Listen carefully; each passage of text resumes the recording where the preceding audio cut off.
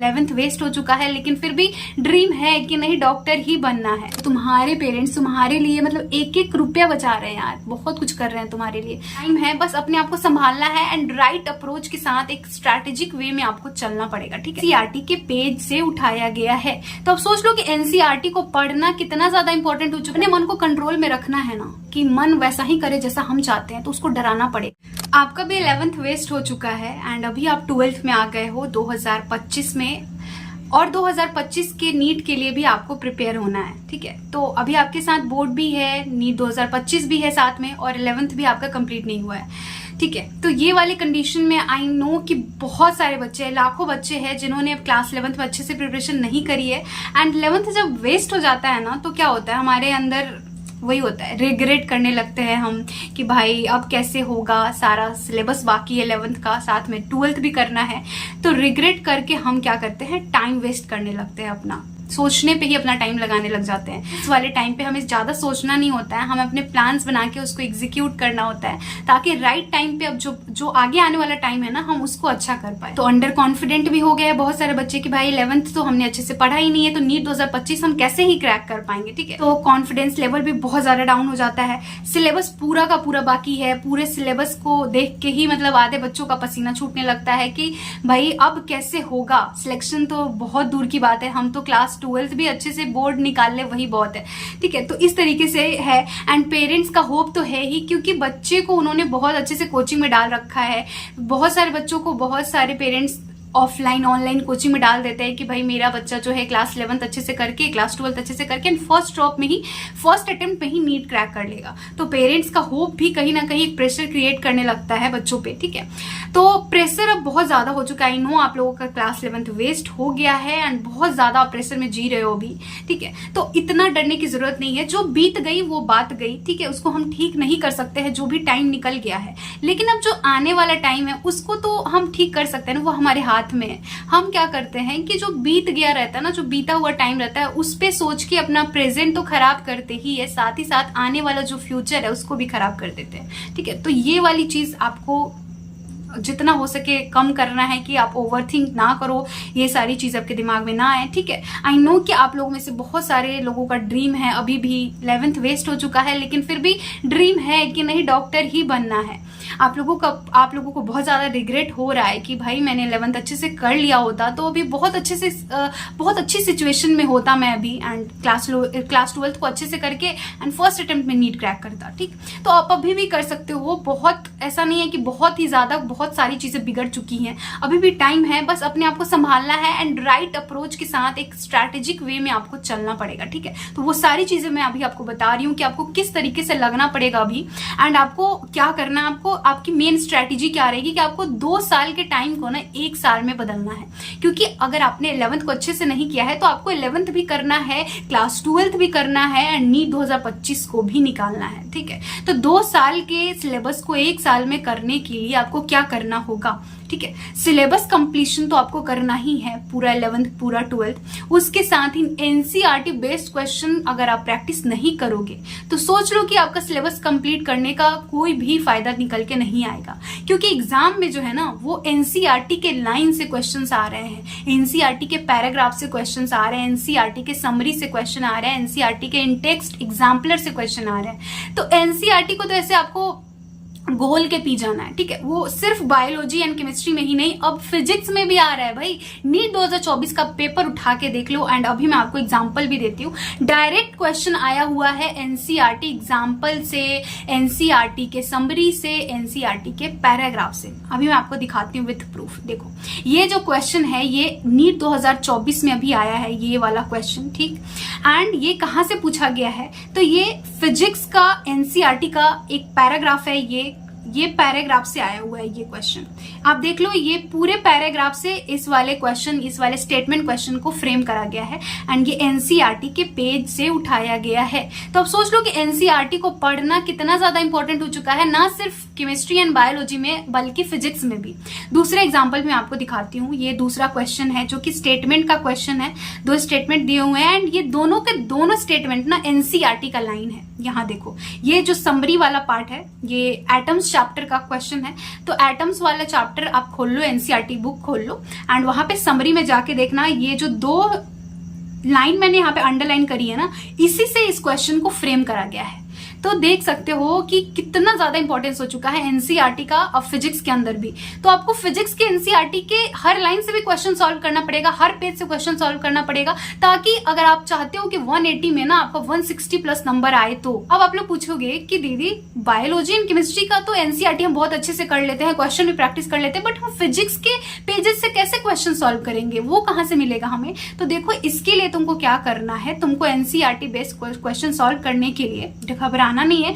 तुमको one stop solution में यहाँ पे देना चाहूंगी, वो तुमको मिलेगा नीट एसेंशियल ऐप पे, क्योंकि इस वाले ऐप पे ना तुमको एनसीईआरटी फिजिक्स केमिस्ट्री बायोलॉजी तीनों के एनसीईआरटी के हर पेजेस से क्वेश्चंस इस एप्लीकेशन पे डाले हुए हैं, जिसको तुम आराम से सॉल्व करके अपने आप को नीट 2025 के लिए रेडी कर सकते हो। तो तुमको क्या करना है, डाउनलोड करना है नीट एसेंशियल ऐप को प्ले स्टोर से, ठीक है। एंड यहाँ पे तुमको मिल जाएगा एनसीईआरटी अभ्यास बैच। इस बैच में तुमको एनरोलमेंट ले लेना है, क्योंकि इसी बैच में तुमको पेज वाइज मैनर में फिजिक्स केमिस्ट्री बायोलॉजी तीनों के क्वेश्चंस मिलने वाले हैं हर पेज से। मान लो तुमने आज सेमीकंडक्टर के कुछ पेजेस पढ़े हैं एनसीईआरटी के, एंड तुम उन सारे पेजेस के क्वेश्चन सॉल्व करना चाहते हो कि इस पर्टिकुलर पेज से कितने क्वेश्चंस बन सकते हैं एंड एग्जाम में पूछे जा सकते हैं, तो वो इन सारे पेजेस के क्वेश्चन तुमको इस एप्लीकेशन के एनसीईआरटी अभ्यास बैच में मिल जाएगा। एंड सिर्फ फिजिक्स में नहीं, केमिस्ट्री बायोलॉजी में भी तुमको मिलता है। तो इस बैच में अगर तुम इनरोलमेंट ले लेते हो एनसीईआरटी अभ्यास बैच में, तो तुम्हारे लिए बहुत ही ज्यादा मतलब आसान हो जाएंगी चीजें, ठीक है। नीट 2025 के लिए हर तरीके के क्वेश्चन, जैसे कि नीट में आ रहे हैं ना, स्टेटमेंट वाले क्वेश्चन हो गए, असर्शन रीजन हो गए, सीक्वेंसिंग वाले, मैचिंग वाले, फिल इन द ब्लैंक्स, हर तरीके के, इवन डायग्राम्स वाले भी क्वेश्चन भर भर के यहाँ पे दिए हुए हैं, जो कि नीट 2024 में भी कितना सारा डायग्राम वाला क्वेश्चन आया हुआ है। फिजिक्स के अंदर कितने सारे डायग्राम बेस्ड क्वेश्चन आए। इसके साथ तुमको यहाँ पे मिलेगा पीवाईक्यू मार्क्ड एनसीईआरटी, जिसमें कि एनसीईआरटी के सारे पेजेस में उन सारे लाइंस को हाईलाइट कर दिया गया है जिससे कि प्रीवियस ईयर में क्वेश्चंस आ चुके हैं। बस उन हाईलाइटेड लाइन पे तुम टैप भी करोगे ना, तो वहां पे प्रीवियस ईयर के क्वेश्चंस तुमको पॉप आउट हो जाएंगे एंड तुम उसको सॉल्व कर सकते हो। एंड सारे क्वेश्चंस की तुमको detail audio and video solution भी प्रोवाइड करे जाएंगे, जितने भी क्वेश्चन तुम यहाँ पे सॉल्व करोगे, ठीक है। एंड कोई क्वेश्चन तुमको ऐसा लगता है कि मेरे को बाद में जाके इसको देखना है, कोई क्वेश्चन पसंद आता है, तो तुम उसको बुक मार्क करके भी रख सकते हो बाद में फिर से सॉल्व करने के लिए, ठीक है। नीट 2025 के लिए तुम अगर एनसीईआरटी अभ्यास बैच में एनरोलमेंट ले रहे हो, तो तुमको यहाँ पे 2,999 लगने वाला है फीस, ठीक है।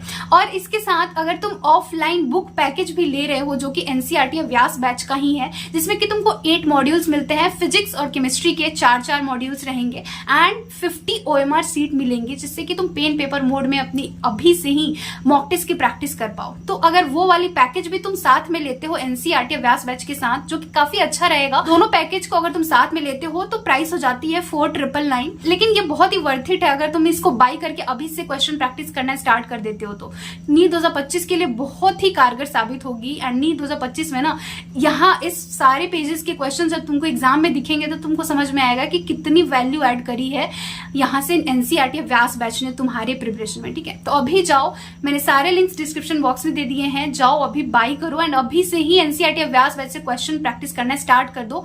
पेज वाइज मैनर में सारे ही क्वेश्चन को सॉल्व करो एनसीईआरटी के एंड साथ ही साथ पीवाईक्यूज को भी, ठीक है। वाला तुम्हारा डाउट क्लियर हुआ होगा कि कहां से तुमको क्वेश्चन सॉल्व करना है, वो भी फुल्ली एनसीईआरटी बेस्ड, ठीक है।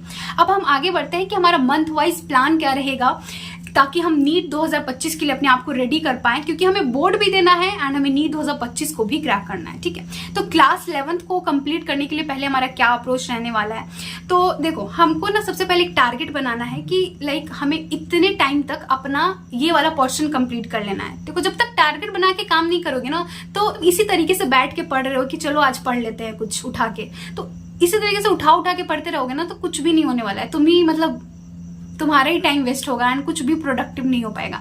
तो मैंने तुम्हारे लिए टारगेट फिक्स किया है कि तुम एक काम करो, मई से लेके जनवरी तक तुम क्लास 12th को कंप्लीट करने की कोशिश करो। अब आप लोग बोलोगे कि दीदी इतना जल्दी सिलेबस कोई कंप्लीट नहीं कराता है, और हो सकता है जनवरी की जगह पे फरवरी में हमारा क्लास 12 कंप्लीट हो। तो देखो, कोई इशू नहीं है, 1 मंथ और डिले होगा ना, कोई इशू नहीं है, लेकिन एक टारगेट बना लो कि नहीं, इतना में करना ही है। और तुम कर सकते हो, अगर तुम ऑनलाइन प्रिपरेशन कर रहे हो ना, तुम्हारे लिए इतने सारे रिसोर्सेस अवेलेबल है अभी भी यूट्यूब पे फ्री ऑफ कॉस्ट, जहां से तुम बोर्ड के साथ साथ नीट 2025 के लिए अपने आप को रेडी कर सकते हो, ठीक है। तो क्लास 12 को तुमको इस टाइम तक कंप्लीट कर लेना है एंड क्लास 11th को भी साथ में लेके चलना है, क्योंकि तुमने क्लास 11th को वेस्ट किया है तो तुमको अभी इसकी भरपाई करनी पड़ेगी, तुमको दुगना मेहनत करना पड़ेगा अभी, ठीक है। तो क्लास 11th में भी तुमको क्या कंप्लीट करना है इस वाले ड्यूरेशन में, मई से लेकर जनवरी तक तुम बायोलॉजी के सारे चैप्टर्स पढ़ जाओ।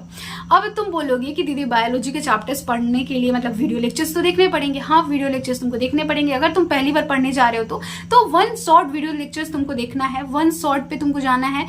फुल डिटेल जो लंबे लंबे होते हैं ना, मतलब जो थोड़े 6-7 घंटे के होते हैं, वैसे वाले 1 शॉर्ट पे जाना है। ऐसा नहीं कि जो 1.5-2 घंटे में खत्म कर दे, तो उससे तुमको कुछ समझ में नहीं आएगा अगर तुम पहली बार पढ़ने जा रहे हो तो। अब तुमको इसके साथ साथ इनऑर्गेनिक प्लस ऑर्गेनिक केमिस्ट्री को कंप्लीट करना है। पहले मैं फिजिकल नहीं बोल रही हूँ कंप्लीट करने के लिए, फिजिकल में बस एक चैप्टर कर लेना, मोल कॉन्सेप्ट वाला चैप्टर कर लेना, क्योंकि मोल कॉन्सेप्ट बेसिक चैप्टर अगर ये नहीं आता तो क्लास 12th का कुछ भी समझ में नहीं आएगा, ठीक है। तो एक मोल कॉन्सेप्ट कर लेना एंड इसके बाद तुमको और कोई फिजिकल वाला चैप्टर नहीं करना है। इनऑर्गेनिक एंड ऑर्गेनिक पे जंप कर जाना डायरेक्टली एंड इसके वीडियो लेक्चर्स देखना 1 शॉट वाले एंड इसको कंप्लीट करना। एंड फिजिक्स तुमको कंप्लीट करना है ग्रेविटेशन तक।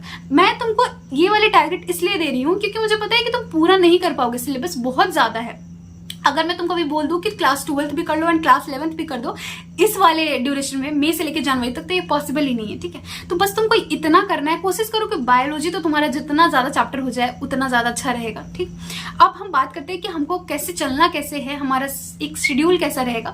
तो मंडे से फ्राइडे ना तुमको क्लास 12th को कंप्लीट करना है, ठीक है। क्लास 12th को कंप्लीट करने के लिए तुमको ऑनलाइन लेक्चर्स देखने हैं। जो भी लोग ऑनलाइन अगर प्रिपरेशन कर रहे हैं, आई नो कि यहाँ पे ज्यादातर लोग ऑनलाइन ही कर रहे होंगे। अगर आप ऑफलाइन जा रहे हो, किसी कोचिंग इंस्टीट्यूट में आपने इनरोलमेंट ले लिया है, तो आप ऑफलाइन भी जा सकते हो। तो ऑनलाइन लेक्चर्स देखने हैं, प्रॉपर नोट्स बनाने हैं। ऐसा नहीं करना है कि भाई भगा भगा के देख रहे हैं, 2x पे देख रहे हैं, नोट्स लिखने की कोई जरूरत नहीं है। भाई नोट्स की बहुत ज्यादा इंपॉर्टेंस है, बहुत ही ज्यादा इंपॉर्टेंस है। तुम खुद के हाथों से जब लिखोगे ना तो आधी चीजें तो तुमको वहीं से समझ आएंगे, थोड़ा थोड़ा चीज दिमाग में से घुस के फिट भी होने लगेगा। एंड तुम पीडीएफ निकाल लोगे, पीडीएफ से कितना भी पढ़ लो ना, मतलब पीडीएफ लास्ट टाइम के लिए सही होता है। अभी तुम्हारे हाथ में टाइम है तो नोट्स ही लिखो, बहुत फायदेमंद होगा तुम्हारे लिए। तो नोट्स लिखना है, साथ ही साथ एनसीईआरटी रीडिंग करनी, इसके साथ पीवाईक्यू सॉल्व करने हैं। इतना तुमको करना है मंडे टू फ्राइडे एंड अपने क्लास 12th वाले सिलेबस को लेके चलना है, ठीक। अब बचता है सैटरडे और संडे। सैटरडे और संडे मैंने अलग से इसलिए निकाला है क्योंकि तुम ये वाला टाइम को क्लास 12th के लिए दोगे, सॉरी क्लास 11th के लिए दोगे। और 11th में तुमको क्या करना है, ऑनलाइन लेक्चर्स देखने हैं, वही 1 शॉट वाला देखना है, 1 शॉट से तुमको कंप्लीट करना है। नोट्स बनाने हैं, नोट्स ऐसा नहीं करना है कि पीडीएफ लेके चलते हैं, नोट्स भी बनाना तुम, ठीक है। और तुम पूरा सारा कुछ नहीं लिखना चाहते हो ना, तो एटलीस्ट जो थ्योरीज बताई जा रही हैं, जो इंपॉर्टेंट कॉन्सेप्ट बताए जा रहे हैं, जो क्वेश्चंस बताए जा रहे हैं, वो तो जरूर लिख लेना। मतलब इट्स लाइक कि थोड़ा शॉर्ट नोट्स टाइप ही तुम्हारे पास नोट्स हो, लेकिन हो, ठीक है। क्लास 12th का ना प्रीवियस जो भी लेक्चर्स हो रखा है, जो भी तुमने टॉपिक्स पढ़ रखा है, उसको थोड़ा सा टाइम निकाल के रिवाइज करते रहना, क्योंकि रिवाइज करते रहोगे ना तो तुम्हारे सामने पूरा सिलेबस ऐसे पाइल अप नहीं होगा बाद में चल के कि पूरा का पूरा सिलेबस एक बार में रिविजन करने के लिए तुम बैठ रहे हो। तो थोड़ा थोड़ा टाइम निकाल के रिवाइज करने की कोशिश करना जितना तुमसे हो पाए। तो सैटरडे संडे का तुम्हारा ये वाला शेड्यूल रहेगा। तुम अगर इसको फॉलो करते हो ना, देखना तुम बहुत ज्यादा प्रोडक्टिव होगे, बहुत ही ज्यादा तुम आउटपुट ले पाओगे अपने आप से एंड बहुत सारे सिलेबस को कवर भी कर पाओगे, ठीक है। और डेली टारगेट्स बना के काम करना है, एवी नहीं बैठ जाना है कुछ भी पढ़ने के लिए कि लाइक आज मन किया तो बायोलॉजी पढ़ लिया, कल मन किया तो केमिस्ट्री पढ़ लिया, ऐसा नहीं। क्या पढ़ना है ये तुम्हारा डेली का डेली डिसाइड होना चाहिए। हर दिन का टू डू लिस्ट तुमको बना लेना है, प्रॉपर टाइम टेबल बना के उसको फॉलो करना है। अल्टरनेटिव वीक पे एक मॉक टेस्ट लगाना। देखो तुम लोग बोलोगे कि दीदी इतना सब कुछ बोल रहे हो, अब क्लास 11th भी हमको कंप्लीट करना है, क्लास 12th भी करना है एंड मॉक टेस्ट के लिए भी टाइम निकालना है। तो मैं तुमको हर संडे नहीं बोल रही हूँ, लेकिन अल्टरनेट वीक पे एक संडे को ना मतलब तुमको मॉक टेस्ट एक जरूर देना, ताकि तुम प्रैक्टिस में रहो कि मॉक टेस्ट कैसे लगाना होता है, कैसे बबलिंग करनी होती है, कैसे टाइम मैनेज करना होता है, कहाँ पे। और सबसे ज्यादा इंपॉर्टेंट कि अपनी गलतियों को तुम जान पाओगे कि तुम्हारी गलतियां कहाँ हो रही है, जो भी तुम पढ़ रहे हो वहां पे क्या लैग कर रहे हो, कौन सा पोर्शन तुम्हारा वीक रह जा रहा है। तो उसके लिए एक मॉक टेस्ट जरूर लगाना, ठीक है। अब हम सबसे मेन सबसे इंपॉर्टेंट चीज पे बात करने वाले हैं, क्योंकि स्टार्टिंग तो बहुत सारे लोग करेंगे अभी नीट 2025 के लिए, ठीक है। और सबसे उसमें जो बाधा उत्पन्न करने वाली चीज होती है वो है डिस्ट्रैक्शन। मतलब स्टार्ट बहुत सारे लोग कर लेंगे, लेकिन एंड तक जो टिका रहेगा ना उन्हीं का सिलेक्शन होने वाला है नीट 2025 में, एंड वही अपने फर्स्ट अटेम्प्ट में नीट क्रैक करने वाले हैं, ठीक है। तो हमें ना डिस्ट्रैक्शन को रिमूव करना ही पड़ेगा एट एनी कॉस्ट। इतना बड़ा ड्रीम देखा है हमने, अगर इसको पूरा करना है तो करना ही पड़ेगा। तो इसके लिए क्या करना है, देखो, अगर तुमको लगता है YouTube से तुमको डिस्ट्रैक्शन हो रहा है तो मैं तुमको इसके लिए एक चीज बता रही हूँ। तुम अभी क्या करो, एक नया जीमेल बनाओ, ठीक, और उस जीमेल से लॉगिन करो YouTube पे, पहले वाले जीमेल को हटा दो, एंड जो चैनल तुम्हारे डेली लाइफ में, तुम्हारे नीट प्रिपरेशन में कुछ ना कुछ वैल्यू ऐड कर रहा है, जिससे तुमको कुछ सीखने के लिए मिल रहा है, उसी चैनल को सब्सक्राइब करो। बाकी सारे चैनल को, तुमको किसी भी चैनल को सब्सक्राइब नहीं करना है। तुम जैसे चैनल को सब्सक्राइब करोगे, जिस तरीके के वीडियोस देखना स्टार्ट करोगे ना, यूट्यूब भी तुमको उसी तरीके के वीडियोस के सजेशंस भी देता है तुम्हारे होम पेज पे, ठीक है। तो तुम अगर इन्हीं सारे चैनल के सराउंड अपने आप को रखोगे, जो भी पढ़ाई वाला हो गया या फिर जिससे तुमको मोटिवेशन मिलता हो, जिससे कि तुम्हारे लाइफ में कुछ वैल्यू ऐड होता है, सिर्फ उन्हीं चैनल को तुमको सजेशन आएगा, ठीक है। तो ये तुमको नीट प्रिपरेशन में हेल्प करेगा। यहाँ से तुमको कोई डिस्ट्रैक्शन नहीं होगा। और एक टाइमिंग तुम्हारे पास फिक्स होना चाहिए कि कितना देर तुम फोन चला रहे हो, क्योंकि फोन से बहुत ज्यादा एडिक्शन के चांसेस होते थे। टाइमिंग अपना बना लेना। अब हम इंस्टाग्राम, फेसबुक की बात करते हैं तो देखो, एज सच मैं बताऊं तो इससे कोई भी कुछ भी तुम्हारा वैल्यू ऐड नहीं होने वाला है, कुछ भी तुमको इससे हेल्प नहीं मिलने वाला है। तो अभी से हटा दो, अभी से फोन में इस चीज को अनइंस्टॉल करो एंड एकदम से चलाना ही नहीं है। ऐसे एकदम से अपने आप को फर्म डिसीजन लो कि नहीं, इस पे अपना टाइम वेस्ट नहीं करना है। क्योंकि तुम जितना ज्यादा खुद से ऑनेस्ट रहोगे ना थ्रू आउट द ईयर, तुमको उतना ही ज्यादा मतलब आउटपुट मिलेगा। तुम उतना ही ज्यादा देखना, नीट 2025 के जब करीब पहुंचोगे ना, तो अपने आप को बहुत ही ज्यादा प्रोडक्टिव, बहुत ही ज्यादा कॉन्फिडेंट होंगे अपने ऊपर कि नहीं, मैंने बहुत ही अच्छे से पूरे साल मेहनत करी है, तो सिलेक्शन तो जरूर होना ही होना है, ठीक है। तो तुमको एक प्रॉमिस करना है अपने आप से कि तुम इतने बड़े जंग के लिए, इतनी बड़ी चीज को पाने के लिए जा रहे हो, तो एक सिंगल डे भी तुम्हारा वेस्ट नहीं होना चाहिए। अगर ऐसा होता है एक दिन भी वेस्ट, तो तुमको ऐसा सोचना है कि कई हजार बच्चे तुमसे आगे निकल गए। अगर ये चीज तुम अपने मन में लाओगे ना, तो तुम्हारा मन डरेगा।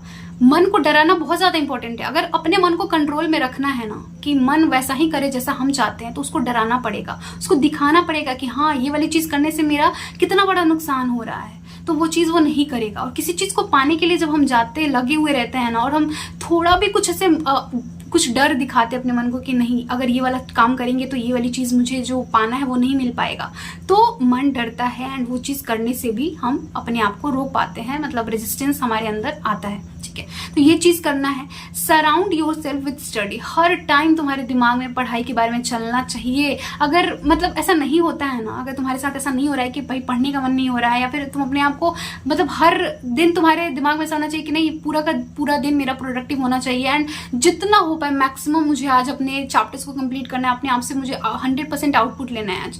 तो जितना ज्यादा हो सके तुम जितना ज्यादा अपने आप को पढ़ाई के आसपास रखोगी ना, जितना ही ज्यादा तुम अपने आप से मतलब प्रोडक्टिव होगे, उतना ही ज्यादा इफिशिएंटली तुम काम करोगे एंड तुमको फायदा भी होगा, ठीक है। कभी तुमको लगे कि डिस्ट्रैक्ट हो रहे हो, जो भी तुमने सोचा है वो सारी चीजें नहीं हो रही हैं एंड तुम किसी और पाथ पे जा रहे हो, अपने पेरेंट्स को याद करना, ठीक है, उनके सेक्रीफाइसेस को याद करना कि तुम्हें डॉक्टर बनाने के लिए ना तुम्हारे मतलब तुम्हारे पीछे उन्होंने कितने पैसे लगा रखे हैं, कितना लगा रहे हैं, अपना पेट काट के वो तुम्हारे लिए हर चीज दे रहे हैं, हर चीज तुम्हारे लिए मतलब उपलब्ध करा रहे हैं, जो भी तुम्हारे नीट प्रिपरेशन के लिए चाहिए, ताकि तुम्हारे लिए कुछ भी कमी ना रह जाए।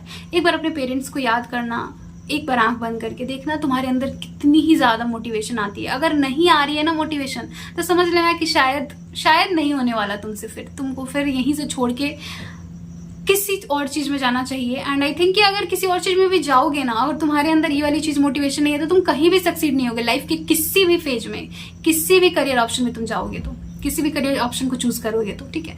तो ये चीज तुम्हारे दिमाग में होनी चाहिए कि भाई तुम्हारे पेरेंट्स तुम्हारे लिए मतलब एक एक रुपया बचा रहे हैं यार, बहुत कुछ कर रहे हैं तुम्हारे लिए, तो उनके लिए तो तुमको इतना करना बनता ही है कि जिससे कि उनके चेहरे पे एक बड़ा सा स्माइल हो, बहुत प्राउड फील हो, उनको बहुत ही ज्यादा गर्व करे वो तुम पे एंड तुम्हारे नाम से उनको पहचाना जाए, ठीक है।